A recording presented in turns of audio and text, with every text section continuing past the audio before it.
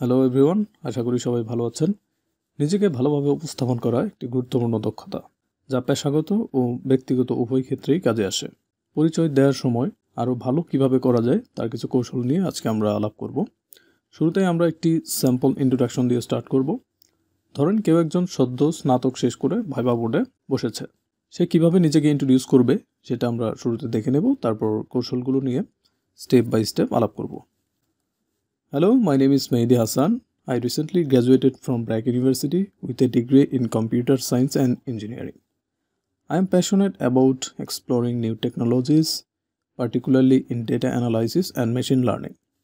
During my studies, I worked on various projects, including mobile app development, which helped me build practical skills in this field. In my spare time, I enjoy reading books and playing cricket.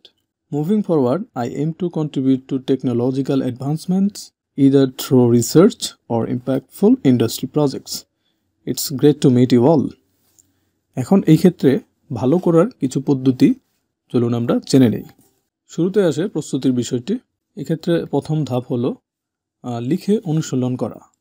একটি সুন্দর এবং সহজবোধ্য introduction আগে তৈরি করুন। এটি লিখে বা মুখস্থ করে অনুশীলন করার চেষ্টা করুন। সময়কে কাজে লাগানো। ইন্ট্রোডাকশন বা পরিচিতি 30 সেকেন্ড থেকে 1 মিনিটের মধ্যে সীমাবদ্ধ রাখার চেষ্টা করুন। আপনার শ্রোতা বা অডিয়েন্সের ধরন বোঝা। আপনার পরিচিতি শ্রোতাদের পছন্দ ও প্রাসঙ্গিকতা অনুযায়ী সাজান। সেকেন্ড যে বিষয়টি সেটি হচ্ছে প্রাসঙ্গিক তথ্য যোগ করা। আপনার নাম এবং স্থান, শুরুতে নিজের নাম ও আপনি কোথা থেকে এসেছেন তা উল্লেখ করুন।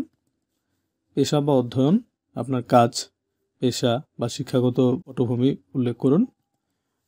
দক্ষতা ও আগ্রহ, আপনার বিশেষ দক্ষতা, অভিজ্ঞতা অথবা যেসব বিষয়ে আপনার আগ্রহ রয়েছে তা বলুন। ব্যক্তিগত স্পর্শ যোগ করা আরেকটি বিষয় হতে পারে। এখানে আপনার শখ বা প্রিয় কাজ সম্পর্কে 2-1টি বাক্য যোগ করতে পারেন।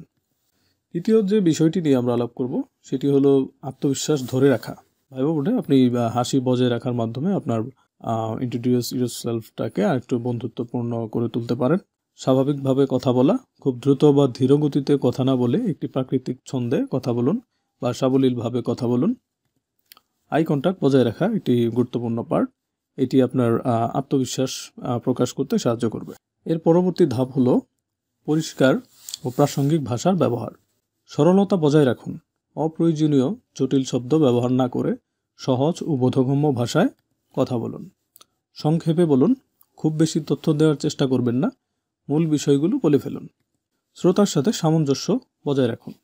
বাংলা বা ইংরেজি যে ভাষায় শ্রোতারা বেশি স্বাচ্ছন্দ্য বোধ করেন সেই ভাষায় কথা বলুন। নর্মালি আমাদের দেশে ভাইবা বোর্ডে ইংলিশে এই প্রশ্নটি করা হয়, সেক্ষেত্রে ইংরেজিতেই আপনারা প্রশ্নের উত্তর দিবেন।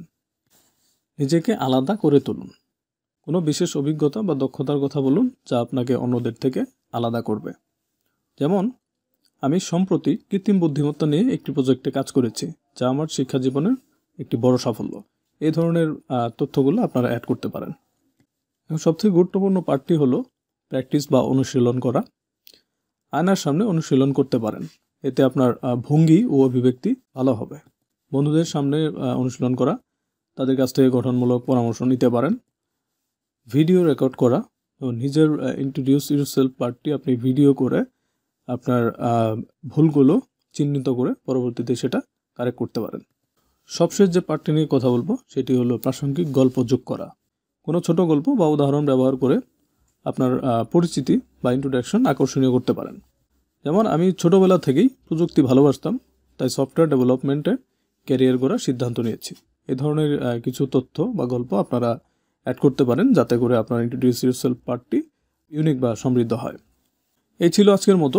আশা করি আপনারা বিষয়গুলো বুঝতে পেরেছেন। ভিডিওটি ভালো লাগলে লাইক দিবেন, মতামত জানাবেন কমেন্ট সেকশনে এবং এমন আরও ভিডিও পেতে সাবস্ক্রাইব করতে পারেন। ধন্যবাদ।